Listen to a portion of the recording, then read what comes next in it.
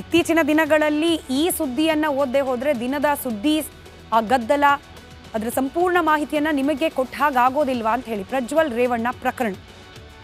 Prajwal pen drive ಆರೋಪ ಪ್ರಕರಣಕ್ಕೆ ಸಂಬಂಧಪಟ್ಟಂತೆ ಇವತ್ತು ಕೂಡ ಒಂದಷ್ಟು ಅಪ್ಡೇಟ್ಸ್ ಇದೆ. ಅಪ್ಡೇಟ್ಸ್ ಅನ್ನೋದಕ್ಕಿಂತ ಹೆಚ್ಚಾಗಿ ರಾಜಕೀಯ ನಾಯಕರ ಆರೋಪ ಪ್ರತ್ಯಾರೋಪದ ಸರಣಿ ಇವತ್ತೂ ಕೂಡ ಮುಂದುವರೆದಿದೆ.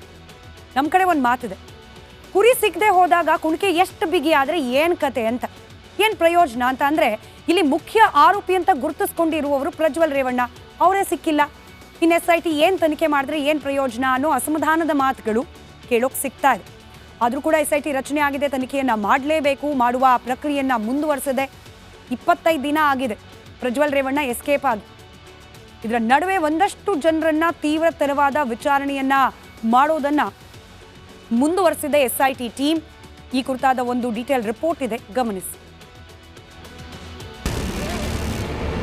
ಕುಮಾರಸ್ವಾಮಿದು ಐತೆ ಕೊಡ್ತೀವಿ ಅಂತ ಕೇಳಿ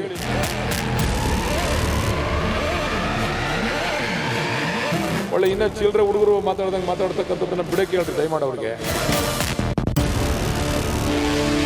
ತಾತಕ್ಕೆ ತಕ್ಕ ಮಗ ಆಗ್ಲಿಲ್ಲ ಅವನು, ತಂದೆಗೆ ತಕ್ಕ ಮಗ ಆಗೋದ, ತಂದೆಗೆ ತಕ್ಕ ಮಗ. ಕನ್ನಡ ಸಿನಿಮಾಗಳೇ ಥಿಯೇಟರ್ನಲ್ಲಿ ಓಡ್ತಿಲ್ಲ, ಆದ್ರೆ ಪ್ರಜ್ವಲ್ ರೇವಣ್ಣ ಆ ವಿಡಿಯೋಗಳು ಮೊಬೈಲ್ಗಳಿಂದ ಮೊಬೈಲ್ಗೆ ಹರಿದಾಡಿ ಸೂಪರ್ ಹಿಟ್ ಆಗ್ತಿವೆ.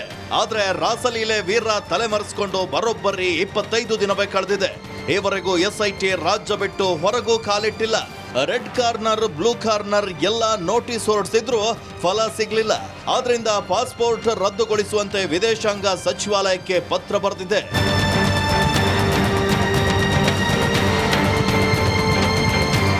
ಮೊಮ್ಮಗನ ಅನಾಚಾರದ ಕೆಲಸಕ್ಕೆ ದೇವೇಗೌಡರು ಕುಗ್ಗ್ ಹೋಗಿದ್ದಾರೆ. ನೊಂದು ದೂರದ ನಿರ್ಧಾರವೊಂದನ್ನ ತೆಗೆದುಕೊಂಡಿದ್ರಂತೆ. ನಡಿ ಈಗ ಶುರು ಮಾಡೋಣ. ಕೇಸರಿಯಿಂದ ಮನೋಲ್ಲಾಸ ಮನಸ್ಸು ಮತ್ತೇರಿ ಕುಣಿದಾಡಿದೆ ನೋಡು, ಮನಸ್ಸು ಮತ್ತೇರಿ ಕುಣಿದಾಡಿದೆ ನೋಡು. ಕ್ಷಣ ಕ್ಷಣವೂ ಆಚರಿಸಿ ಕೇಸರಿ ಹಬ್ಬ. ವಿಮಲ್ ಬಾಯಲ್ಲಿ ಹೇಳಿ ಕೇಸರಿ. ಇನ್ನೂ ಮುಂದೆ ಹೋಗಿ ಅವ್ರು ಏನೇನು ತೀರ್ಮಾನ ಮಾಡಿದರು ಅನ್ನೋವಂಥದ್ದು ನಮಗೆ ಮಾತ್ರ ಗೊತ್ತಿದೆ, ಅದೆಲ್ಲವನ್ನೂ ಹೇಳೋಕ್ಕಾಗಲ್ಲ.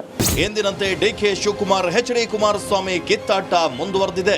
7-8 ಜನ ಅರೆಸ್ಟ್ ಮಾಡ್ಕೊಂಡು ಕರ್ಕೊಂಬಂದವರಲ್ಲ, ಯಾವ ಸಾಕ್ಷಿಗಳ ಆಧಾರದ ಮೇಲೆ ಕರ್ಕೊಂಬಂದಿದ್ದಾರೆ?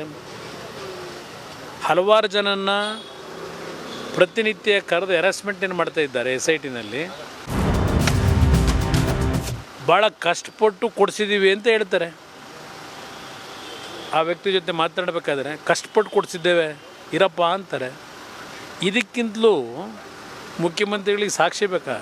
ನಿನ್ನೆ ಸುದ್ದಿಗೋಷ್ಠಿ ಮಾಡಿ DKಶಿ ವಿರುದ್ಧ ಕಿಡಿಕಾರಿದ್ದ HDK ವಿರುದ್ಧ ಶಾಸಕ ಬಾಲಕೃಷ್ಣ ತಿರುಗೇಟನ ಕೊಟ್ಟರು. ಪ್ರಜ್ವಲ್ ರೇವಣ್ಣಿಗೆ ಕುಮಾರಸ್ವಾಮಿಗೆ ರಸ್ತೆಯಲ್ಲಿ ನಿಂತ್ಕೊಂಡು ಒಂದು ಇದನ್ನ ಇಟ್ಕೊಂಡ್ಬಿಟ್ಟು ಭಾವಚಿತ್ರ ಇಟ್ಕೊಂಡು ಚಪ್ಪಲಿ ಹೊಡೆದ್ಬಿಟ್ರೆ ದೊಡ್ಡತನ ಅದು. ಆ ಕೆಲಸ ಮಾಡ್ಬೇಕಾ ಕುಮಾರಸ್ವಾಮಿ ಅವರು? ಅದನ್ನು ಮಾಡಿಕೊಡಿ ಅಂತ ಹೇಳ್ಕೊಡ್ಬೇಕು ಅವ್ರ ಶಿಷ್ಯರಿಗೆ.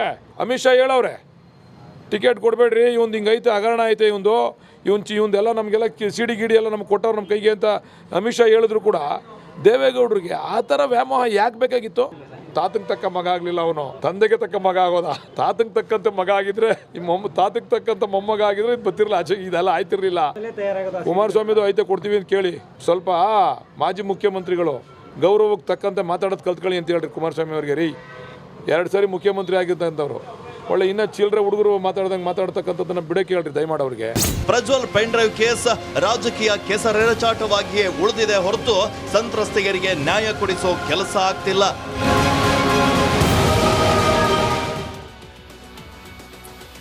ಹಾಗಾದರೆ SIT ತನಿಖೆ ಸದ್ಯಕ್ಕೆ ಯಾವ ಹಂತದಲ್ಲಿ ನಡೀತಾ ಇದೆ, ಏನೆಲ್ಲ ಮಾಡ್ತಿದ್ದಾರೆ SIT ಅಧಿಕಾರಿಗಳು, ಇವತ್ತಿನ ಅಪ್ಡೇಟ್ ಅನ್ನ ಗಮನಿಸ್ತಾ ಹೋಗೋಣ. ಪ್ರಜ್ವಲ್ ವಿರುದ್ಧ ಇದೀಗ 70ರ ಕುಣಿಕೆ ಪ್ರಾರಂಭವಾಗಿದೆ. ಏನಿದು 70ರ ಕುಣಿಕೆ? ಪ್ರಜ್ವಲ್ ವಿರುದ್ಧ 70ಕ್ಕೂ ಅಧಿಕ ಸಾಕ್ಷ್ಯಗಳು ಹಾಗೆ ಹೇಳಿಕೆಗಳನ್ನು ಸಂಗ್ರಹ ಮಾಡಿದೆ SIT. ಬಹಳ ಮುಖ್ಯವಾಗಿ ಟೆಕ್ನಿಕಲ್ ಎವಿಡೆನ್ಸ್, ಕೆಲವೊಂದಷ್ಟು ಫೋನ್ ಕನ್ವರ್ಸೇಷನ್ ಇರಬಹುದು, ಚಾಟ್ಗಳಿರಬಹುದು, ಅಥವಾ CCTV ಫೂಟೇಜಸ್ ಇರಬಹುದು, ಪೆನ್ ಡ್ರೈವ್ ಅಥವಾ ಕಂಪ್ಯೂಟರ್ನ ಹಾರ್ಡ್ ಡಿಸ್ಕ್ ಇತ್ಯಾದಿ ಟೆಕ್ನಿಕಲ್ ಎವಿಡೆನ್ಸ್ಗಳನ್ನು ಕಲೆ ಹಾಕಿದೆ SIT ಟೀಮ್. ಇದರ ಜೊತೆಗೇನೆ 10 ಸರ್ಕಾರಿ ನೌಕರ ಸಂತ್ರಸ್ತೆಯರ ಹೇಳಿಕೆಯನ್ನ ಕೂಡ ದಾಖಲು ಮಾಡಿಕೊಳ್ಳುವ ಪ್ರಕ್ರಿಯೆಯನ್ನ ಮಾಡಿದೆ SIT. ಅದರಲ್ಲೂ ಬಹಳ ಖೇದ ಅನಿಸುವ ವಿಚಾರ ಅಂತಂದರೆ, ಬಹಳ ಬೇಸರ ಅನಿಸುವ ವಿಚಾರ ಅಂತಂದರೆ, ಸರ್ಕಾರಿ ನೌಕರಿಯಲ್ಲಿದ್ದ ಹೆಣ್ಣು ಮಕ್ಕಳ ವರ್ಗಾವಣೆಗೆ, ಅವರ ಬಡ್ತಿಗೆ ದುರ್ಬಳಕೆ ಮಾಡಿಕೊಂಡ್ರು ಪ್ರಜ್ವಲ್ ರೇವಣ್ಣ ಅನ್ನೋ ಆರೋಪ. ಟ್ರಾನ್ಸ್ಫರ್ ಬೇಕಾದವರು, ಪ್ರಮೋಷನ್ ಬೇಕಾದವರು ಸಂಸದರಲ್ವಾ ಅಂತ ಹೇಳಿ ಹೋಗಿ ಕೇಳ್ಕೊಂಡ್ರೆ ಅವರನ್ನ ದುರ್ಬಳಕೆ ಮಾಡಿಕೊಂಡ್ರು, ತಮ್ಮ ಸಂಸದ ಅನ್ನೋ ಅಧಿಕಾರದ ನೆಪ ಒಡ್ಡಿ ಅನ್ನೋ ಆರೋಪ ಕೇಳೋಕ್ ಸಿಕ್ಕಿದೆ.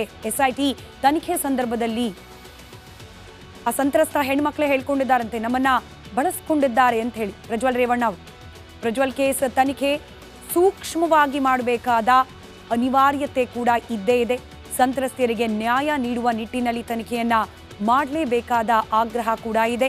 SITಗೆ ಇದೇ ರೀತಿಯ ಸೂಚನೆಯನ್ನ, ಇನ್ಫ್ಯಾಕ್ಟ್ ಖಡಕ್ ಸೂಚನೆಯನ್ನ ಗೃಹ ಇಲಾಖೆ ನೀಡಿದೆ ಅನ್ನೋ ಮಾಹಿತಿ ರಿಪಬ್ಲಿಕ್ ಕನ್ನಡಕ್ಕೆ ಲಭ್ಯವಾಗಿದೆ. ರಿಪಬ್ಲಿಕ್ ಕನ್ನಡದ ಕಳಕಳಿ ಕೂಡ ಅಷ್ಟೇ.